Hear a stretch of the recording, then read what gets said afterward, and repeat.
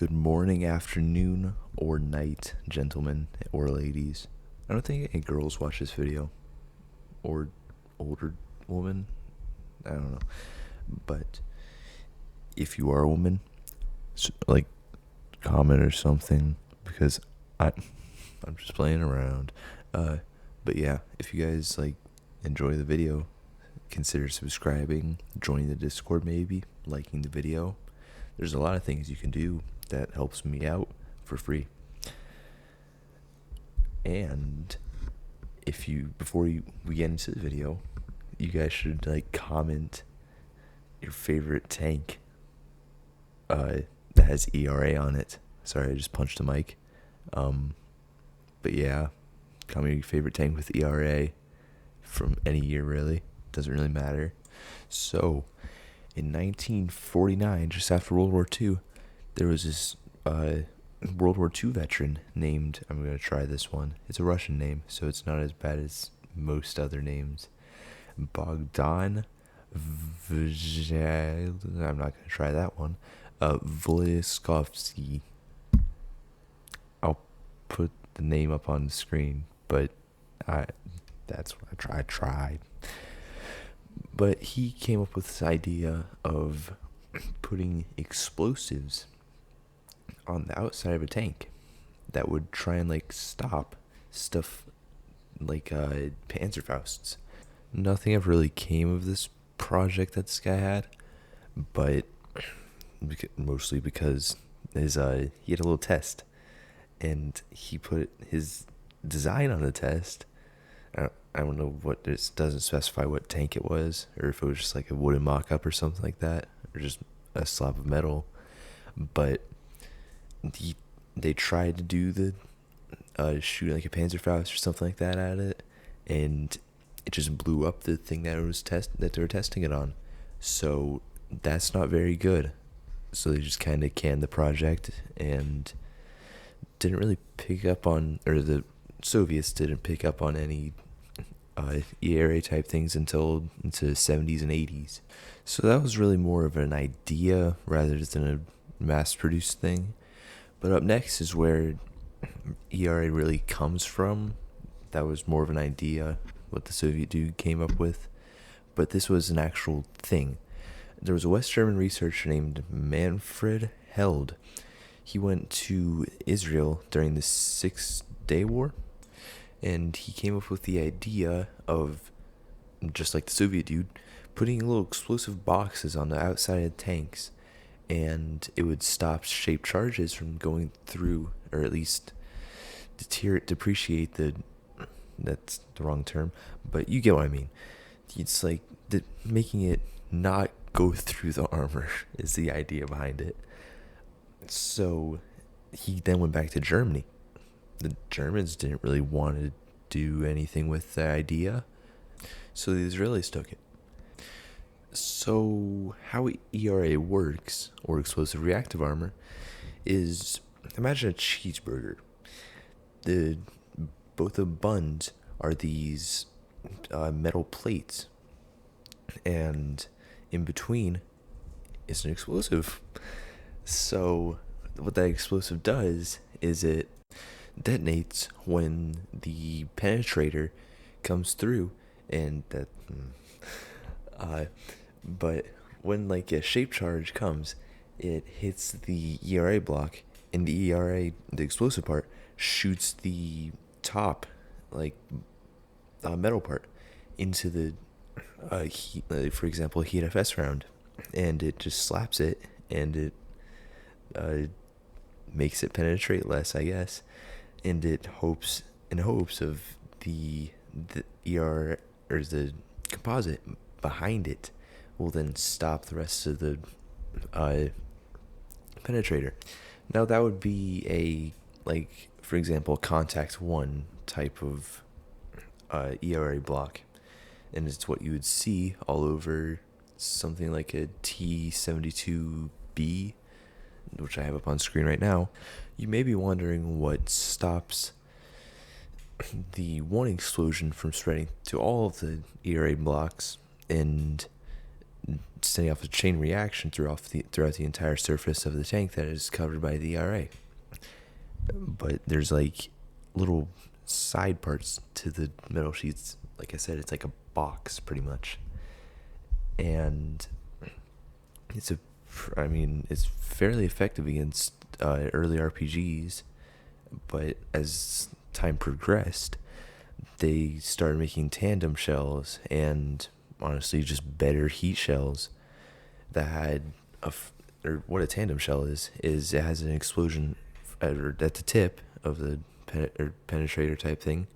They have ATGM versions. I think they have heat FS versions of it. Yeah, and it explodes the ERA block with the first explode or the tip of the penetrator, and then there's another charge behind it that actually goes through the regular composite armor. So example of that would be like the TOW2, and I think the BMP3 has a tandem gun launched thingamabobber ATGM. I know that from War Thunder. I like the BMP3. The first actual ERA that was applied to tanks was in 1982 with the Blazer ERA that was designed by an Israeli armament development thingamabobber named Raphael. It was like a company. The Blazer armor was first applied in the Lebanon War, and first used in the Lebanon War. And once the world saw how effective it was, pretty much everyone that had tanks started to work on them, like the Soviets, the Americans, Germans, French, and I think British. Well, no British. Some like Challengers and stuff have ERA on it. And nowadays, everything from like armored personnel carriers, like BMP3s, up to the M1 Abrams with the Tusk armor on the side of it. Once the Soviets saw that the West had made stuff like the TOW2 and the Ataka anti-tank missiles, which are tandem shells, and they can go straight through pretty much any sort of Contact 1 armor, and they decided to make something called heavy ERA, which is something that was mostly used by like Russia and modern day China, and it's still on a lot of their tanks, like the T-72B3, T-90s, T-80s. I think the T-80B, I think the newer ones like the T-80BVM and the T-90M have third generation, which we're gonna get into. But a lot of Chinese tanks and like I said, the T-72B3 has this older, or not older really. It's like in the middle, you know. But how it works is it's angled, and it does a lot of stuff that I'm too stupid to understand.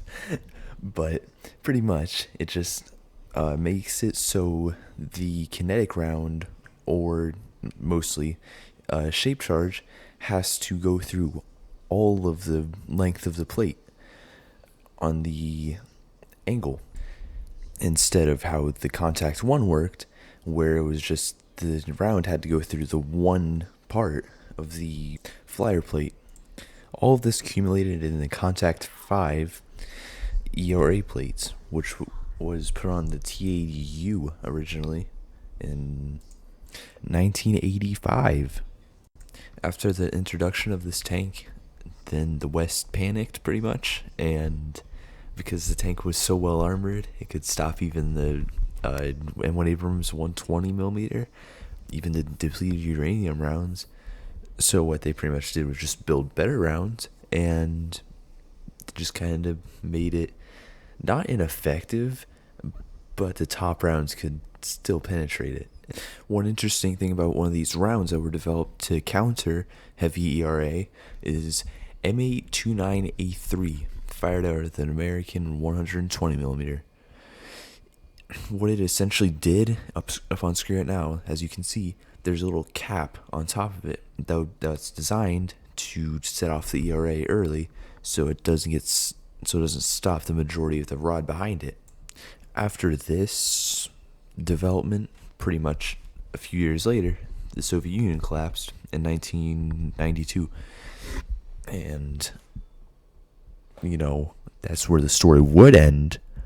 But the Russian Federation developed relic armor, which is referred to as Generation 3 ERA.